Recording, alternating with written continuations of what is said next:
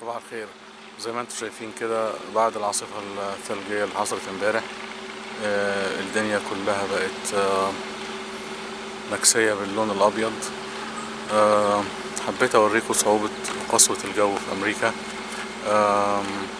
هوريكم المنظر دلوقتي، هقفل وأوريكم المنظر دلوقتي ازاي العربيات مدفونة في التلج، وازاي الإنسان بيعاني كل يوم الصبح وهو رايح الشغل إن هو لازم يعمل يفضي التلج حوالين عربيته، ويفضي الممر اللي قدام بيته عشان يقدر يطلع يروح شغله. وده الكلام ده بياخد ساعات، ساعة أو ساعتين تنظيف لغاية ما بيقدر يروح الشغل. زي ما انتم شايفين حتى صندوق البوسطة مدفون بالكامل. العربيات كلها تقريبا نصها مدفون. هيقوم الناس الصبح كل واحد عايز يروح شغله هيضطر يقوم ينظف ويعمل ممر قدام بيته، حتى لأن القانون هنا لو حد وقع قدام بيت حد يدفع كل مصاريف العلاج بتاعته، فلازم كل حد ينظف مسار كده عشان الناس تقدر تمشي لو حد عايز يمشي. المدينة كلها بقى فيها لون واحد بس هو اللون الأبيض، ورق الشجر وقع. الصوت الوحيد اللي هتسمعه الناس كلها الصبح هو صوت الجواريف وتنظيف الجلد من قدام البيت، عشان حاجتين: اللي عايز يروح الشغل يقدر يروح الشغل، واللي خايف ان هو حد يقع قدام بيته ويضطر يدفع له مصاريف العلاج، ودي بتبقى ظاهرة جدا. زي ما انتم شايفين الموضوع جبال تلج، جبال تلج من عاصفة واحدة. وده بيبقى تقريبا الشتاء في أمريكا، وانس ان هي بقت مكسية باللون الأبيض بتفضل كده طول الشتاء، تحس ان انت عايش في الثلاجة طول الشتاء.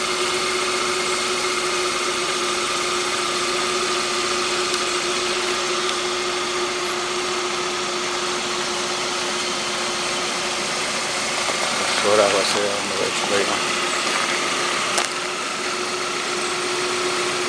باين الأسلاك بسيط كله بقى لون واحد.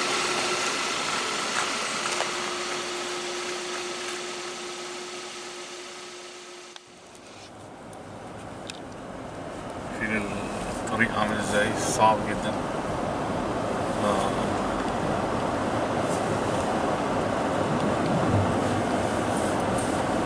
صعب وخطر.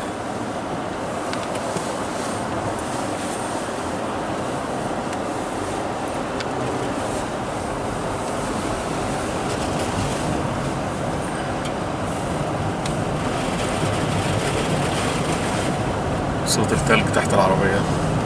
المشكلة ان لو يعني درجة الحرارة نزلت عن الصفر بيبقى كويس الى حد ما. المشكلة ان درجة الحرارة ترتفع فوق الصفر يبدأ يسيح التلج ده شوية، لما يسيح شوية ويرجع يتجمد تاني بيبقى عامل زي الازاز، وهي دي المشكلة. ده طريق فرعي لسه، فصعب قوي لسه الجرافات ما جاتش شالت التلج.